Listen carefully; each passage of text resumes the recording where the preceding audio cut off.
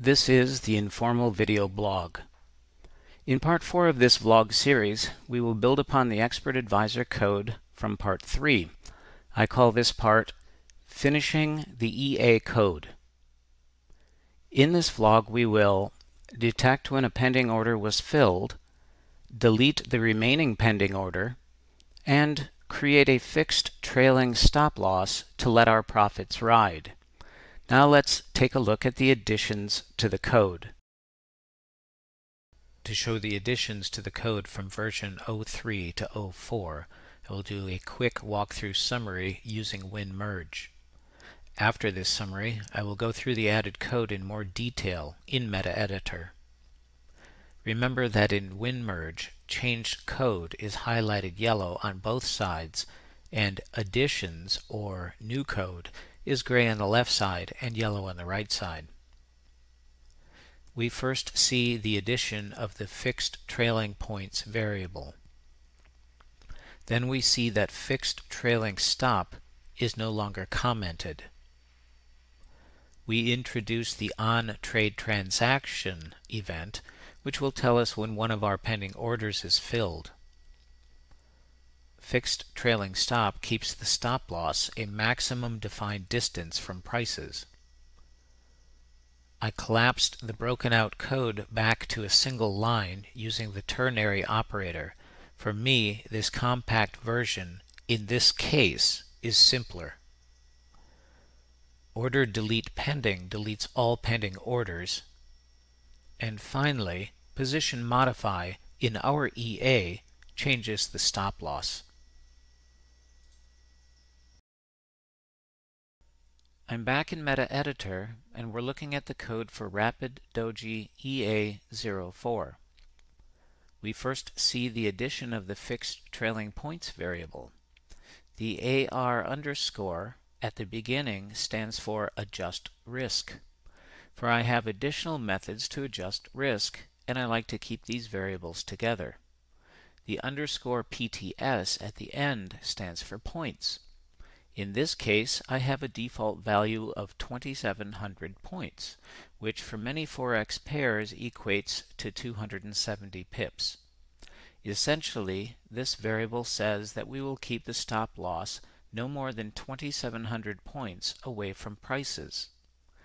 This value will be different for different symbols and different time frames. For the daily pound dollar, this can be anywhere from 1 to 3 ATR, depending upon the volatility of the market. This points out something immediately. A fixed trailing stop loss does not consider the volatility of the market. Thus, we may, in future, desire creation of a trailing stop loss based upon ATR. Note also that the fixed trailing points variable is an input variable. That means that we can vary this parameter using the strategy tester.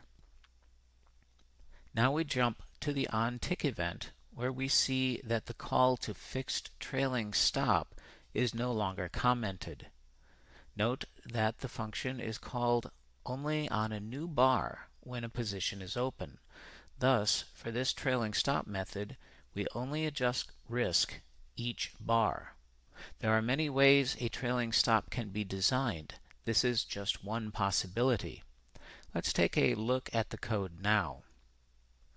The fixed trailing stop function first calculates the step amount, which is the distance or difference from the current prices to the maximum stop loss distance. For this trivial example of a fixed amount, simply multiply by the point size. Here we define the price variable, which I initialize to a nonsense value. As I have mentioned before, this is a software development technique I use to quickly have errors bubble up and indicate where I may have made a mistake. These constants are shorthand to make the code more readable. In this code block, I determine whether the open position is long or short. Based upon this, I can determine the appropriate price to use, our current risk, which is the stop loss difference to the current price, and our profit or loss, which is the distance between the current price and the positions open. My first test checks if the distance from price to stop loss is greater than our step amount. If it is, I then check if the current profit is greater than the spread. In my thinking, there is no reason to move the stop loss if we are not profitable. This code block determines the new stop loss. Based upon whether we are long or short, it determines if we add or subtract the step amount. If we drop down to this point, we request to modify the position with the new stop loss. Here I pass a null for the take profit value, which tells the code not to change the take profit, which wasn't set anyway. The function position modify is a wrapper around the ctrade standard library position modify method. I pass in the symbol, the new stop loss, and null for the take profit. Now let's take a look at the issue we saw in the previous video, how to delete the alternate pending order from the one that was filled. We'll jump to the on-trade transaction event. The on-trade transaction event runs when the trade transaction event occurs. This event occurs in a variety of cases, which you can look up in the documentation. For our purposes, we want to detect when a pending order activates on the server. So the server notifies MT5 when every trade transaction event occurs. There can be many of these, so it is our job to determine the specific event that denotes that an order has converted to a position. The first thing we do is ensure the deal is non-zero. A deal is the result of an execution of an order. With a non-zero deal transaction, we can use history deal select to select this transaction. Selecting in this context means that we are pointing at this deal such that we can work with it further, which simply means other related functions that we call will reference this specific deal. Since an order can have multiple deals associated with it, our next step is to detect if this particular transaction is the one we want. The way to determine if a pending order has been filled is to detect if a deal entry of deal entry in occurred. If that's the case, let's delete all other pending orders. Of course, in our case, there is only one other pending order. Let's look at order delete pending. This function is essentially a wrapper around the order delete method of the ctrade standard library. This function was written for the generic case of wiping out all existing pending orders. It's a bit like using a sledgehammer instead of a scalpel, but it's simple and effective. We loop over all existing orders backwards. We do this backwards because removing an item from the list changes the list dimension, which would make the looping index go out of whack. We select the current order to work on it further, meaning that related functions will point to this specific order. We then ensure that this order is for the correct symbol and one of ours by checking the magic number. Finally, I check the order type against the list of known pending order types.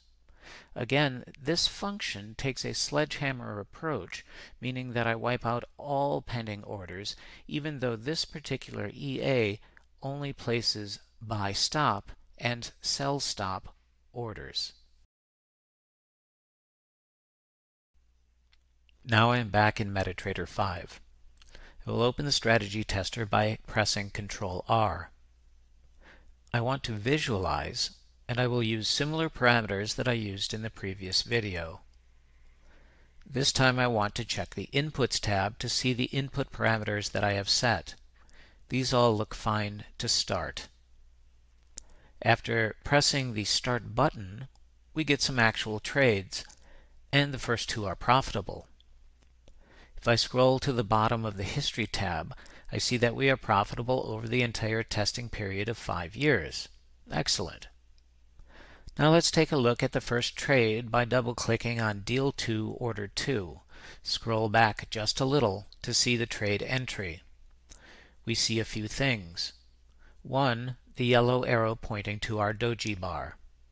2. The trigger prices at the high and low of the Doji bar. 3. The initial stop-loss positions at 1.75 times the ATR. Note that the initial stop-loss uses a different algorithm than the trailing stop-loss. The very next bar triggers a buy order, and we go long. If you remember from the last video, this same trade exited at the trigger price for the sell stop, but this time we don't have that problem because we deleted that pending order. Excellent. Scanning ahead, we see the stop-loss goes up as the bars, that is prices, tend upward. If we measure from the close to the stop-loss, we should get roughly 2,700 points. And we do. Excellent. Finally, we see the position closes when it hits the final trailing stop. A stop-loss is not the most subtle way to leave a trade, but as you can see, it works. Now let's take a look at our first failed trade by double-clicking on the Deal 6, Order 9 trade. Scroll ahead a bit to see the doji at which the trade was placed. If we glance at what's happening, we see that prices are actually consolidating. Even while our trade is open, we see multiple dojis, which denote indecision. Eventually the market goes down again, but we get stopped out before enjoying a profit. Worse yet, we get another doji, which triggers a downward trade a few bars before the local downtrend ends. So we see two areas we might be able to improve. One, to detect consolidation and tighten the stops, and 2, don't enter a trade on a local trend because it might have already spent its momentum. Of course, adding more rules increases the complexity of the system, which makes it less robust and leads to curve-fitting errors. This concludes this vlog for Rapid Doji EA04. At this point we have a fully functional EA. Be sure to subscribe to my channel to see additional videos.